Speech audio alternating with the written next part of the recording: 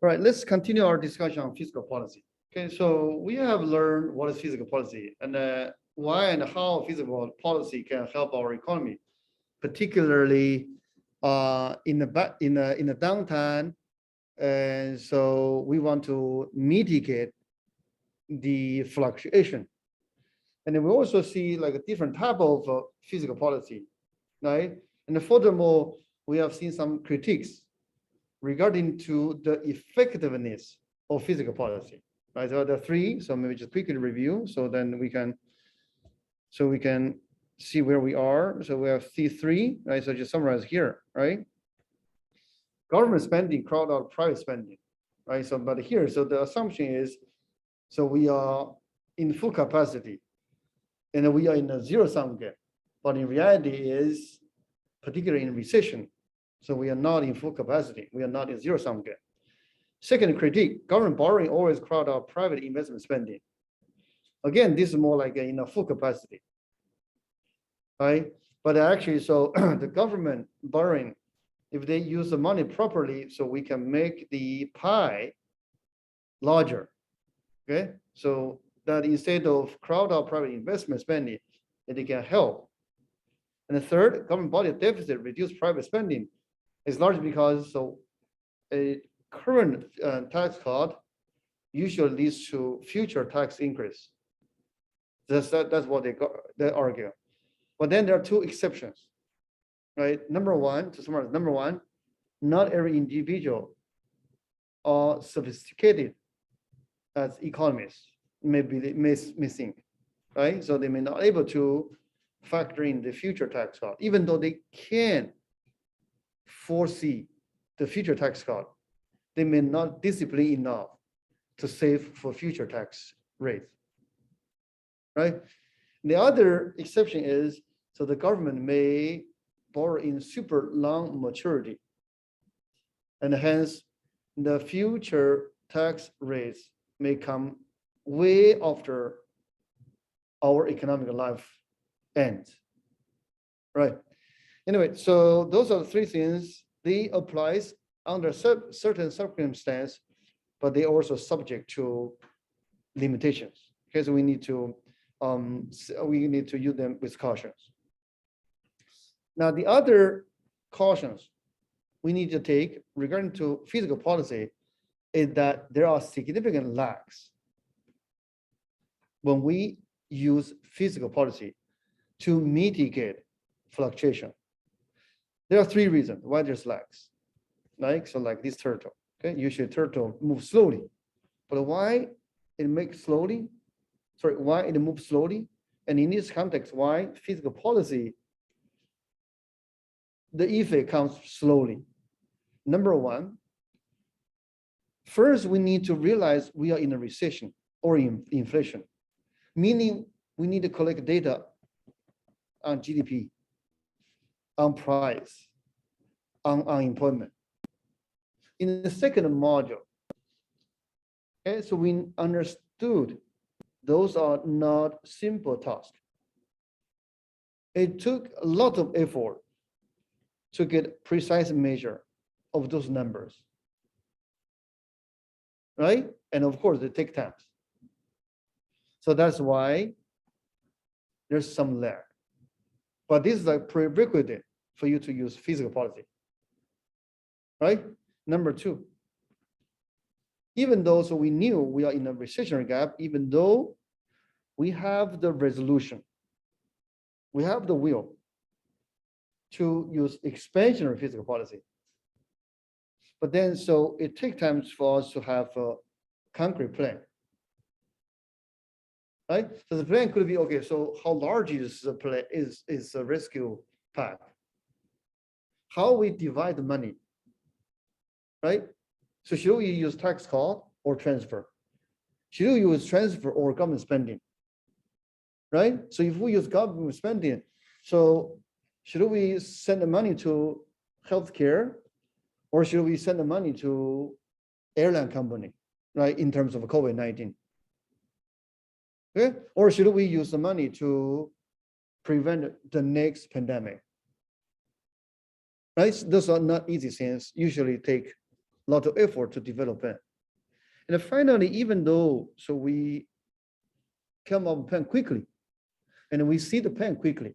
That's the case of COVID-19, because everything comes so quick.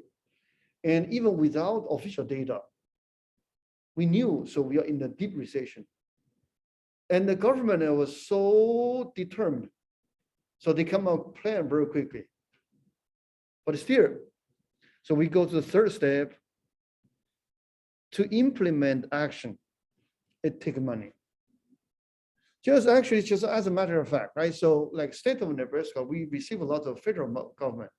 And then so they are going to distribute the money to each business or each institutions. Civic UNO or NU system, we have been allocated with certain amount of money. But as a matter of fact, so inside NU, okay, so not everyone have a clue how we are going to use this money, right? So they just said, okay, so this take time. So actually we reach the bottom of the economy. And one more thing is, before I forgot, actually, so in terms of development plan and in terms of the US legal system, so usually, so the plan at the end need paused by Congress, right? So that also takes some time. Right? First, because of the bureaucracy, and secondly, because of the what we call the party disagreement, like politics. Okay, so you can see, so there's a significant lag. So the better way to understand that is just think about if you have a healthcare problem or like a medical condition. It could be the case once the doctor diagnose what's going on, once you get the prescription drug, it could be the case your immune system already push you to the stage in recovery, right? Maybe the drug you're going to take is just too late. Does that make sense? So that's kind of the way to understand that, right? But it doesn't say, okay, so we shouldn't do that. At least it helps. It's always an option, right? Now let's look at one more practice question, maybe two.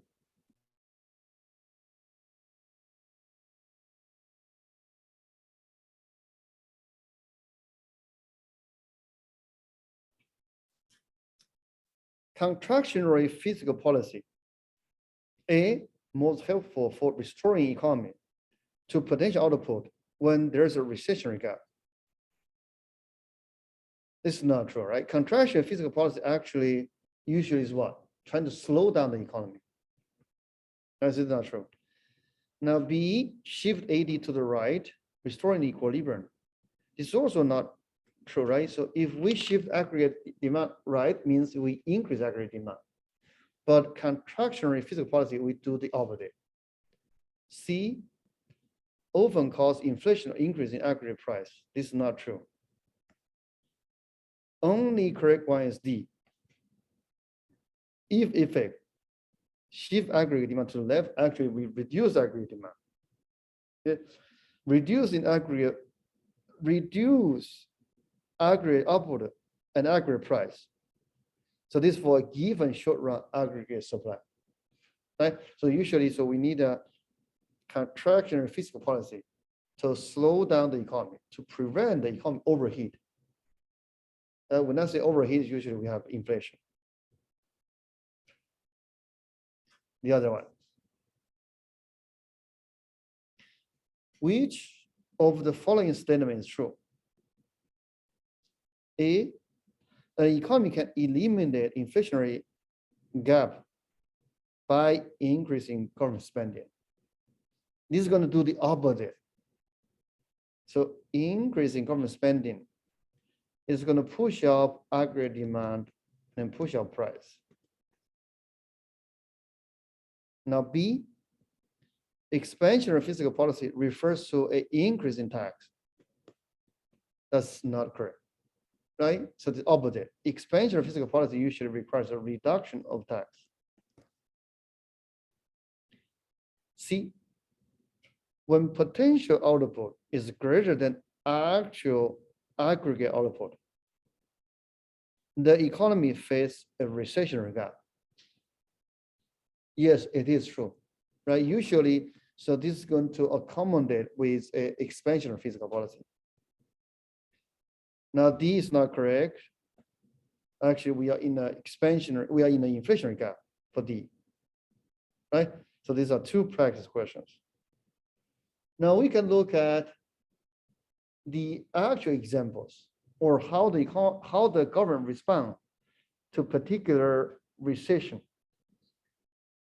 First example, 2009 American Recovery and Reinvestment Act.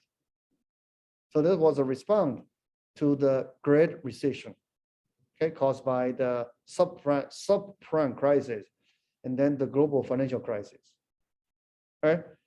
And the total package is about, I believe, is 680, somewhere near that term, okay, 680 billion. At that time, it was considered the largest stimulus plan. Okay, but as you're going to see in the next few slides, this is not comparable to what we are having now. Okay. Anyway, so look at how this expansionary fiscal policy was designed. Okay. So a large amount goes to transfer, but this goes to state and local government. And then we have tax cut, okay? And then you have transfer to individuals. So through unemployment insurance benefit. Remember earlier we watched a video, right? It was an interview by what's called the I forgot, 60 seconds or 60 minutes, right? So they interviewed those 99ers. So part of this act or this package extend the unemployment insurance benefit to 99 weeks. So that costs a big chunk of money. That's part of here, right? And then they also have infrastructure and other spending. So that's just pave the road or just making it possible for long-term economic growth, right? So this is one example. The other example, this 2020 CARES Act.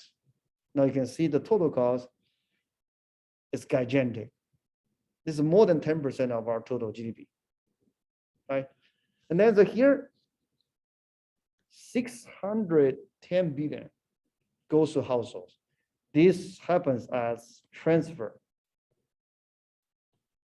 in the form of a check we received from mails, right?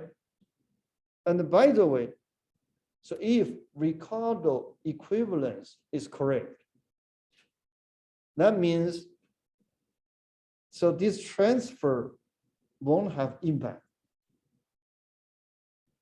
But as a matter of fact, so the aggregate demand increase or the consumer spending increase, you can tell from what your parents or what your family or your friend did, right? So they increase the spending, particularly by lots of durables. Right? So that just means, okay, so the Ricardian equivalence we discussed earlier may not apply perfectly. And why? It's because at least the two reasons I just gave to you. All right. Okay, so now we are going to look at multiplier. So this multiplier is similar to the earlier multiplier we have, but so here we're going to focus on the multiplier of the government spend or the government fiscal policy, not only spending, right? Okay, and then now let's see what happens. So essentially this says multiplier is going to magnify new spending into greater level of income and output. Why? Because remember, so each spending is going to become some income of somebody else, but then this income partly becomes spending, right? Due to the MPC. Now spending is going to somebody else's income. And then, so you can see this thing is going to keep moving, right? So we are going to see a spiral effect, right? So or just this like this is a ripple effect throughout the economy. So this is what we mean. We have a multiplier, right? Okay. But then, so in this multiplier looks similar to we have discussed before. By the way, this is just this remind you how we learned before, right? Multiplier. So the multiplier equal to 1/1 minus MPC, right? So remember, so I give you early examples. Think about extreme case. If MPC goes to 0, there's no multiplier. So you're not going to spend a penny. But if MPC goes to 1, and then mathematically this goes to infinity, right? Why this goes to infinity? Because you just keep spending all your receipt, right? So this is like a perpetually move, right? So you're going to push this once and then just move forever, right? So this is the multiplier. Okay. But then, so in terms of government fiscal policy, right? So let's just, yeah. So in terms of government policy, because the government at their disposal, they have different options. This includes direct spending, or they can cut tax, offer you transfer. And then so I'm going to show you, so the impact is going to be different depending on which policy tool they are going to use, right? To start, let's say, for example, the government decides to spend 50 billion. So that's their budget. So, okay, I have 50 billion I want to spend, President Biden on his desk, right? And then so his advisor is going to tell him, just think about, so we are in the White House, we are in the situation room, right? So we have 50 billion we're going to spend. Okay, and then so how we're going to spend? So there are two possibilities. One possibility, just imagine, okay, so 50 billion. So we are going to order 5 expensive nuclear powered submarine. Okay, let's say we're going to from General, I think the name is called General Mechanics. So that's the provider of these submarine. Okay, so this is one option. The other option is, okay, so somebody say, okay, so President, so why not we just send out checks to American households? So let them to decide, right? Instead of we dictate, right? This probably is going to, most likely it's going to be a discussion in Capitol Hill, right? So one way is, okay, the government decide, so how we're going to spend. The other way is let households decide. Now, through the view of Keynesian, you're going to see the impacts very different. So if the government dictated what they're going to do, so they have the first mover advantage. So this is going to show up here. So this 50 billion immediately goes to our economy. So immediately General Mechanics, so in the example I just gave to you, so they receive 50 billions of order to build 5 new nuclear powered submarine, right? And then so they are going to pay their employees, pay their contractors, pay their investors, so on and so forth. And then so from the early discussion we have, so those people who receive this 50 billion, they are going to spend a fraction, take a vacation, right? And to pay a mortgage, so on and so forth. And then so this is going to keep moving. So that's option number 1. Now in the other option, what the government can do is they lead American households to decide to send you the check. But now we are going to miss in the first mover advantage. Why? So you give the households 50 billion, but the households treat this as income. Are they going to spend all the money? No. How much they're going to spend? It's going to be depending on the MPS, but actually depending on MPC as we discussed, right?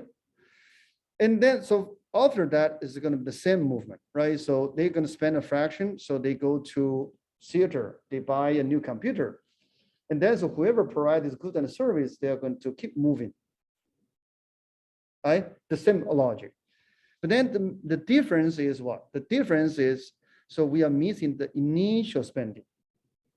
And if we do the math, and they can see, so if the government decide how to spend or like directly spend, so the net impact is going to be 100 billion. But the other option, we have 50 billion. From this example, you can see, depending on what tools you use at the government. Okay. the net impact on the economy is different, right? But however, at the end, so should we let the government to decide, or should we let household decide? This is more like a philosophical question, right? And here I just offer you two possibilities. But as a matter of fact, yeah, so in reality, it's a more complicated. I guess this is not this. It's not in this slides yet. But let's just summarize. Okay, the size of the shift of the aggregate demand curve will depend on the type of fiscal policy, right? From the example I just showed you. So if it's direct government spending, usually the impact is bigger. Okay. But then, so as I just mentioned, but in reality, it's a little bit complicated. Why? Because here we have a big assumption. The assumption we have is, so we have lump sum tax in the example. All right, so what is lump sum tax? The lump sum tax just says, okay, so tax you pay is going to independent on your personal status, like including your income, including your wealth. But in reality, everyone knows, so tax will depend on your income particular, right? Even consumption tax is just proportional to the spending you have. But then as I just explained to you earlier, so if you have a proportional tax or in general tax, except lump sum tax, it's going to reduce your incentive to consume, to invest, or to work. Right? But then how that matters? So this matters is, let's go back to the previous one. In this one, right? So in each round, we only focus on the impact of spending and its multiplier effect. But remember, so where this 50 billion eventually, originally, where did this 50 billion coming from? Right? So eventually it's coming from tax. If it is lump sum tax, and then that's fine. But if it's not, as we have in reality, so that is going to reduce your incentive to invest, to work, or to save. So that's going to shrink the size of our pie. Or in other words, so that's going to shrink the size of this multiplier as we hypothesized. Right, so that's the complication. Okay. Right, so now we are going to look at other way to see the fiscal policy. Right, so earlier, so we talked about expansionary versus contractionary.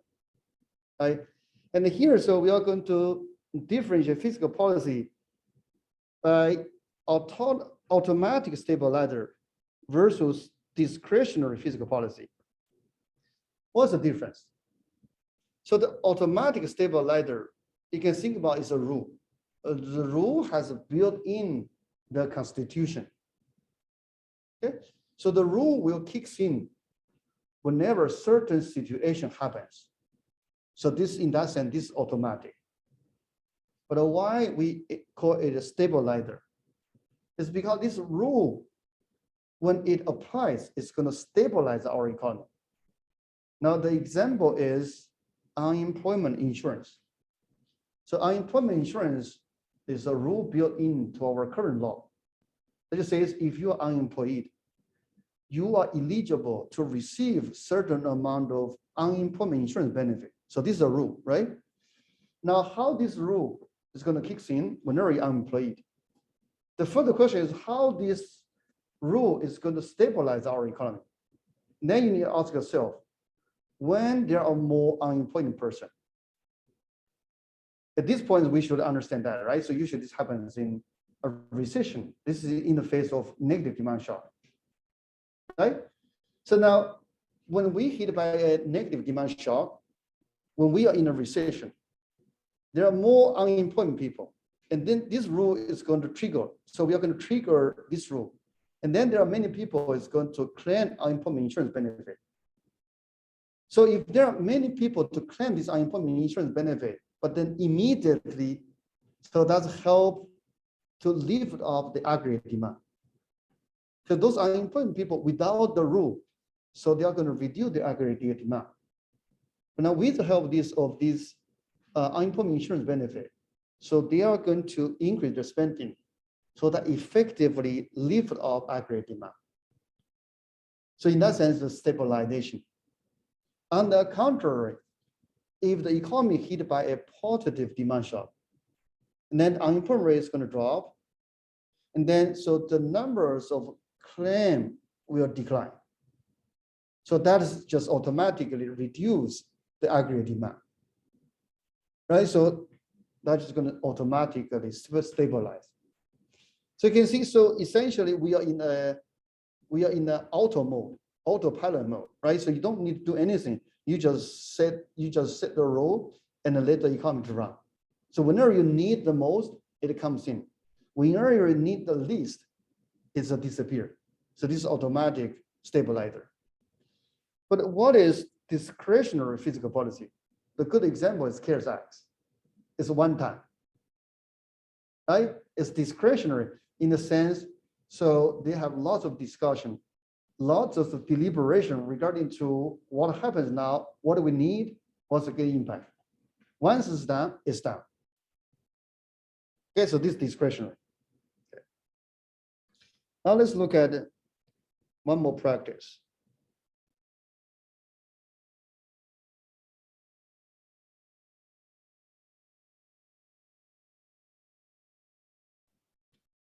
Holding everything else constant, the multiplier effect for tax or transfer. So let's see one by one. A is the same as the multiplier effect for change in autonomous aggregate spending. Actually, this is exact against the example we just talked about, right? So here, actually, autonomous aggregate spending is similar to direct government spending increase. And then so we have the first mover advantage. The answer should be B.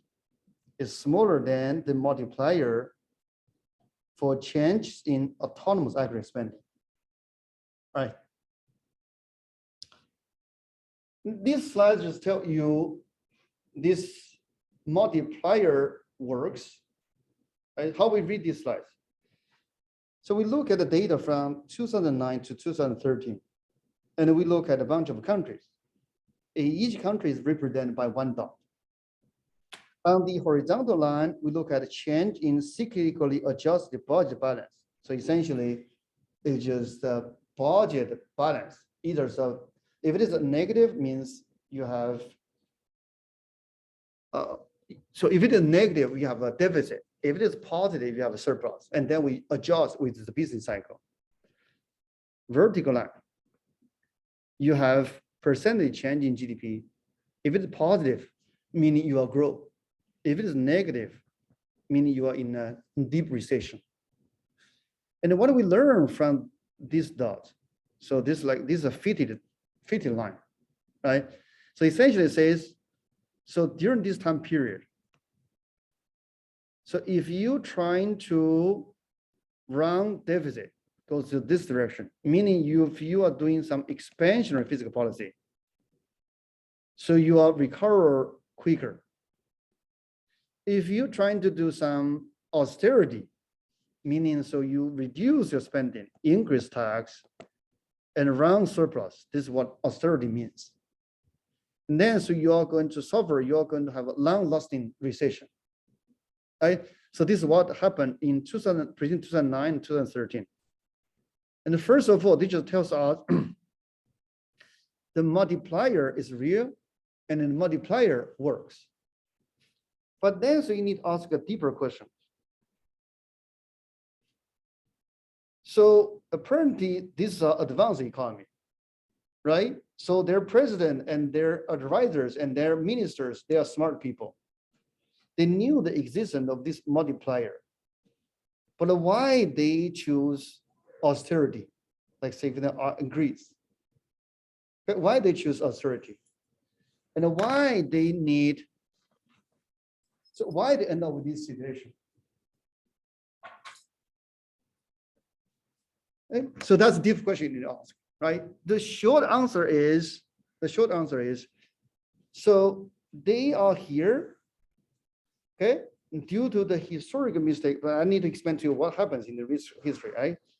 And essentially they have large amount of debt they need to pay, right? So, but this large amount of debt, such that they have little room in their physical space, meaning so they are not able to further carry out expansionary fiscal policy, or they are not able to run deficit when it need the most.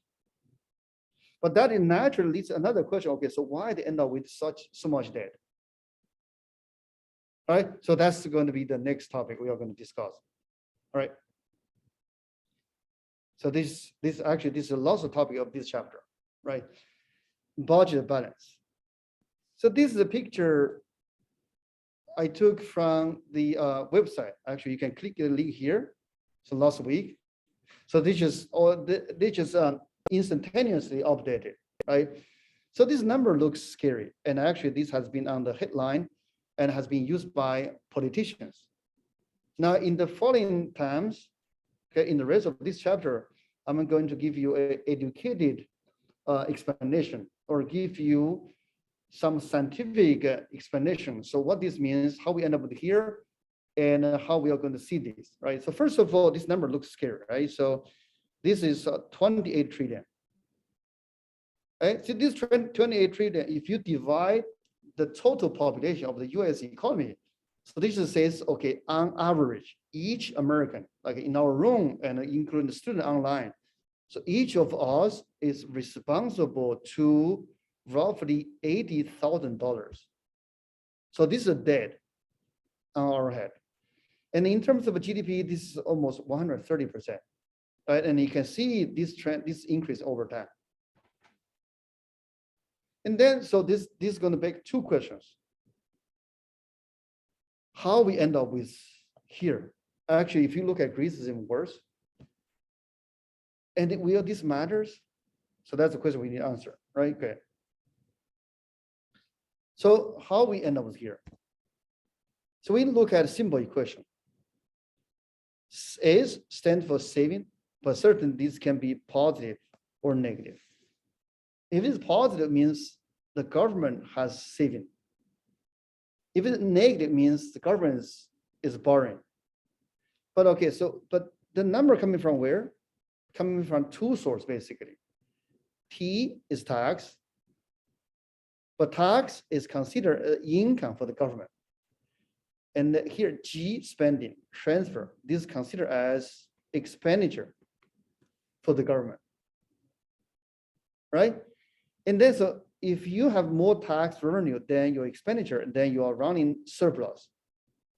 Otherwise, you're running a deficit. But if you have a surplus, and then so you're going to leave aside as saving. On the other hand, you have a deficit, how you're going to do? Usually you must borrow. And then this is going to show up as debt. But then, so this deficit is going to make your debt larger over time. So that's how we end up with a larger debt. But then, so you should not blame, or you should not say this is always a bad sense. Why? Because we already knew expansionary fiscal policy leads to deficit. And expansionary fiscal policy is necessary, at least through the lens of, or from the point of view of a Keynesian view, right? By the way, so that's the best we know so far. Maybe in 20 or 30 years, so we completely overturn what we discussed today, but that's science, right?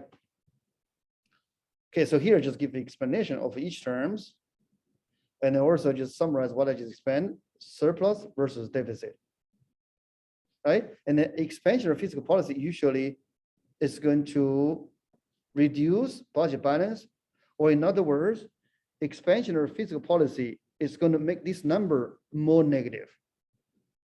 On the contrary, if we have a contraction of fiscal policy, so that's help reduce this number, make this more positive, right? So this is what this means. And then we can look at the data a little bit. So this US economy, sorry. since 1964.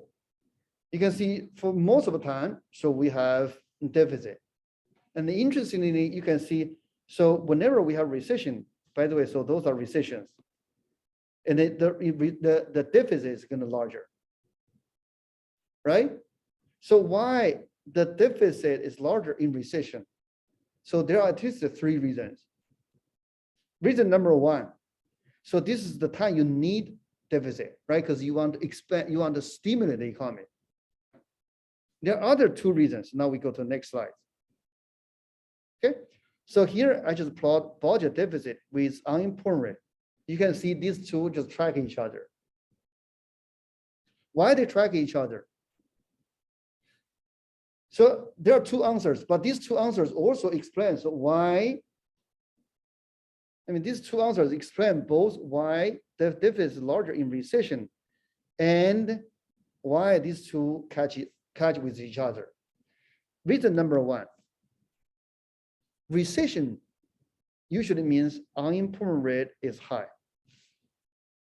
If unemployment rate is high, and then remember we talk about automatic stabilizer, and then there are more people is going to show up in Social Security office to claim benefit. And then, so naturally the spending is going to increase.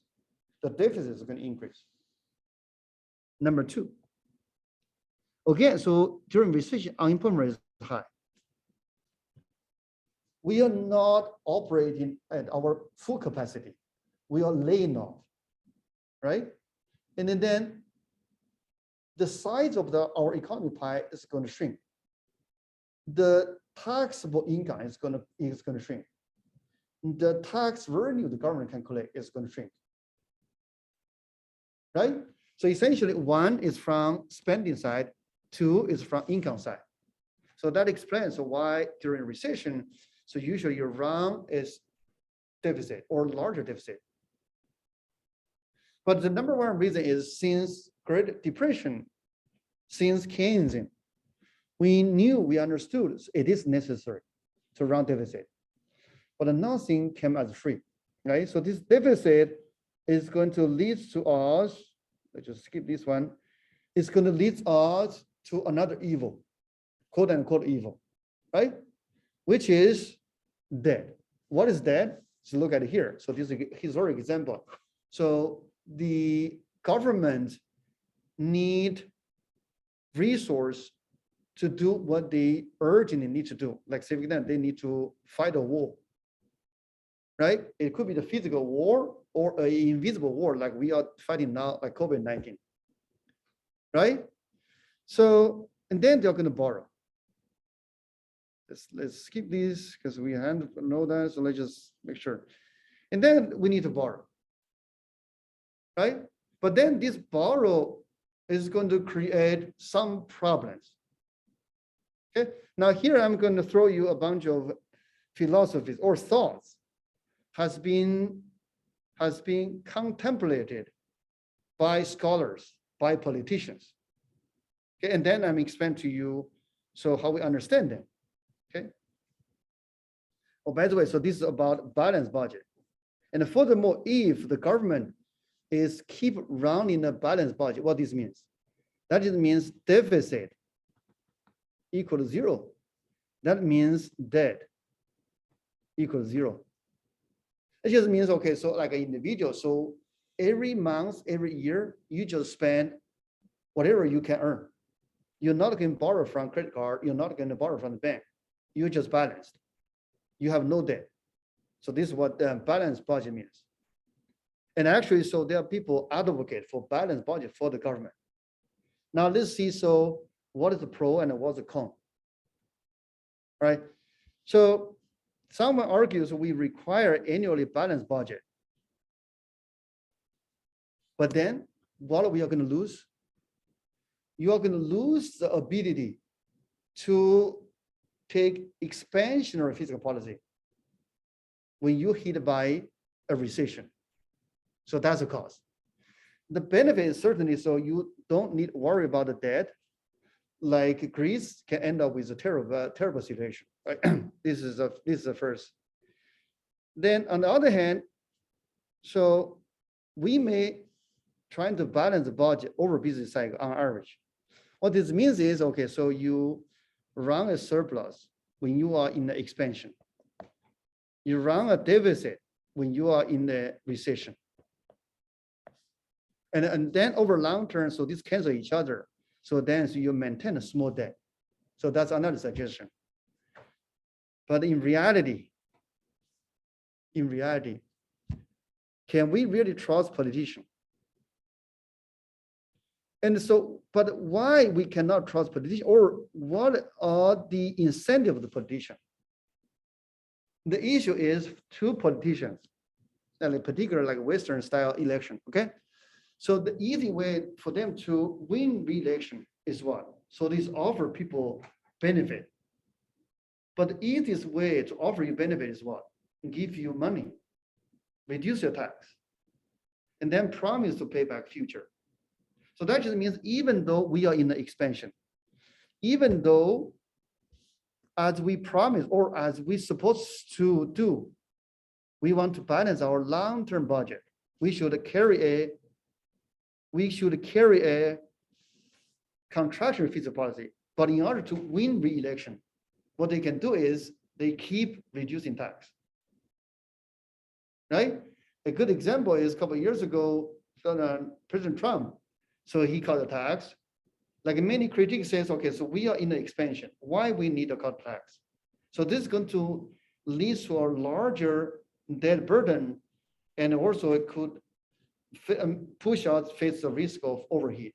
Let's just give an example, right? I'm not going to discuss whether what he did is right or wrong. Let's just give you an example. So in reality, politicians always has the temptation to break the promise.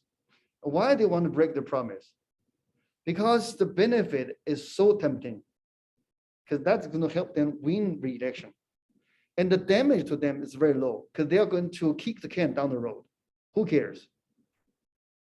Right? Okay, so that's what happens. And then so we can look some case study. Okay, so look at Europe. In 1999, so Europe, so they established this Euro system. So they just collectively decide we are going to adopt a common currency, right? Now, in order to make this common currency sustainable, and then they sign an agreement. The agreement says each government must maintain the deficit below 3%. But what is the rationale behind that? This is just because just imagine first, if you have a larger deficit, as we discussed, this is going to lead to a debt. The debt always is a problem, right? So this is like a sword on top of your head, right? Because this is a burden. Just think about you have a mortgage. And then the government, they always has tools at free disposal. Okay, so this is a friend we know for a long time. They can print money. This is called inflation, right? Okay, so maybe we need to wait for the next module to understand how this money printing help to reduce that. Okay, so just take that as given. Now, if they allow to run a large deficit, eventually it's going to accumulate larger debt. And then with the larger debt, they have the temptation to print money. But now if they print the money, so that is going to erode the value of the currency. But now remember, so they agree, they adopt the common currency. So that just means, so your home policy is going to affect your neighbor. Like if Greece not responsible, so eventually they must print more money. So eventually that just means they need German to pay for their mistake. So actually that's what happens. But nevertheless, that's what they originally agreed. So they figure, so 3 is a magic number, right? So that's the story behind that. But then certainly, so this comes with problem. What is the problem? When you need deficit, you can't.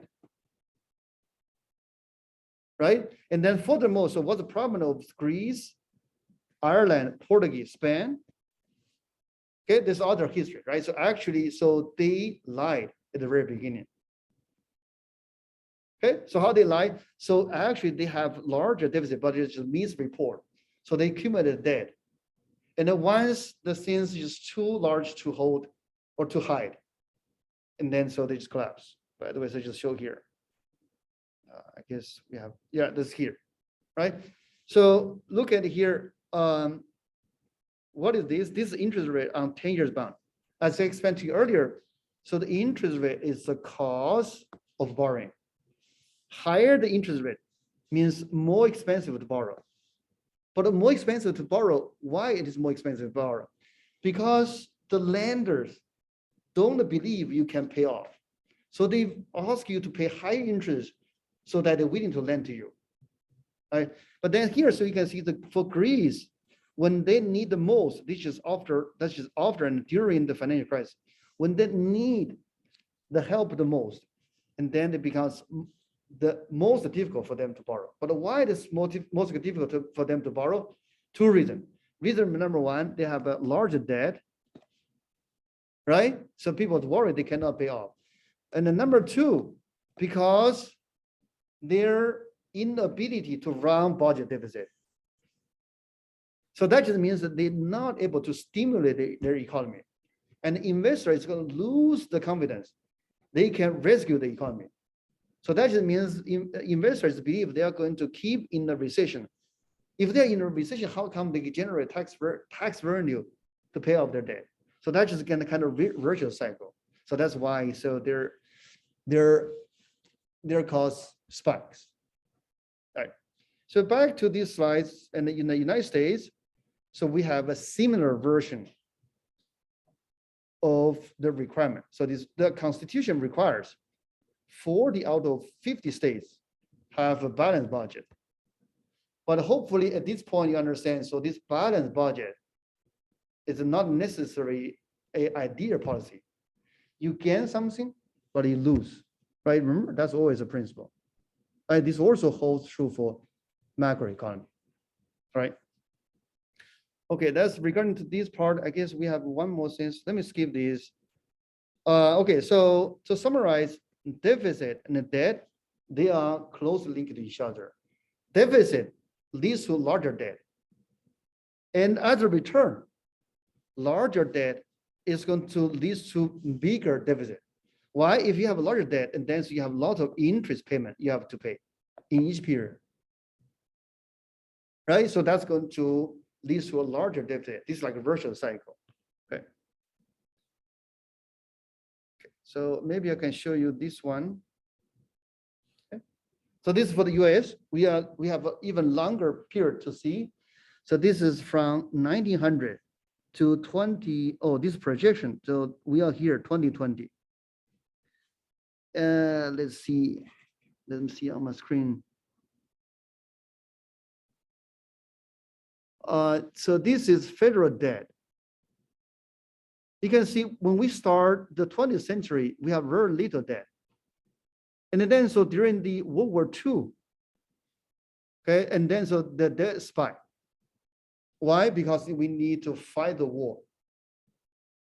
The tax revenue is not sufficient, and then we issue bond to borrow from the public. So that's the spike. This one started to decline largely because we are kind of in a golden period. We are in a expansion. We are in a long-term expansion of the World War II, right? But that's unfortunately 2008 and 2009, 2009 financial crisis and plus the COVID-19. So we have seen the spike of government debt. And over long term, why economists believe we are going to have worse debt problem? So let's go to the last topic of this chapter. It's because of the implicit liability. What is implicit liability? It is something so tied to you, and you are supposed, you are responsible to pay. So that's eventually it's going to show up in your deficit. Eventually it's going to add into larger debt. But what are the most significant implicit liability the US government is facing? There are two. One is Social Security. Let me write down Social Security. The other is Medicare and Medicaid. Okay. But then, so why these two things are going to write it? The fundamental reason behind that is because aging. Our society is aging. People are going to live longer. And then so they are going to have more time to claim Social Security. And now that also going to change our population structure. You have less taxpayer to finance the Social Security. The aging also causes another problem, because once you age, and then there are many long-term health problems going to kick in, and usually, so they only kicks in when you age, like cancer, like dementia, right? Actually, so in my other class, I was teaching graduate development class. Then the student says, okay, so professor, why the cancer rate in Africa is low? It's because the lack of examination or because other things.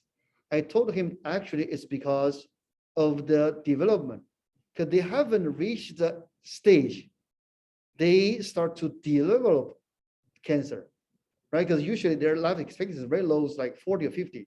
So they haven't reached that stage yet in their life cycle. For US and in particular for most advanced economy, so the increase in standard of living, the improvement of technology leads us to this aging society. So this aging society is going to increase the Social Security payment, also leads to ever larger burden on healthcare. But those are what we promise. I guess most of those are written in law during President Lyndon Johnson, right? Like Great Society, right? So those are the implicit liability. So this implicit liability is going to, like here, this gives you a better picture, right? So this is going to lead to ever larger debt, right? But nevertheless, okay, so this larger debt, it is a problem. But should we try to eliminate that? Certainly no, right? But so what's the best way to manage that? So I guess I probably should leave that for more advanced class for you to find out, right? So again, so this is a principal class, should introduce the basic question you're interested in, and you should focus on, right? Let's stop for this class and then see you next time.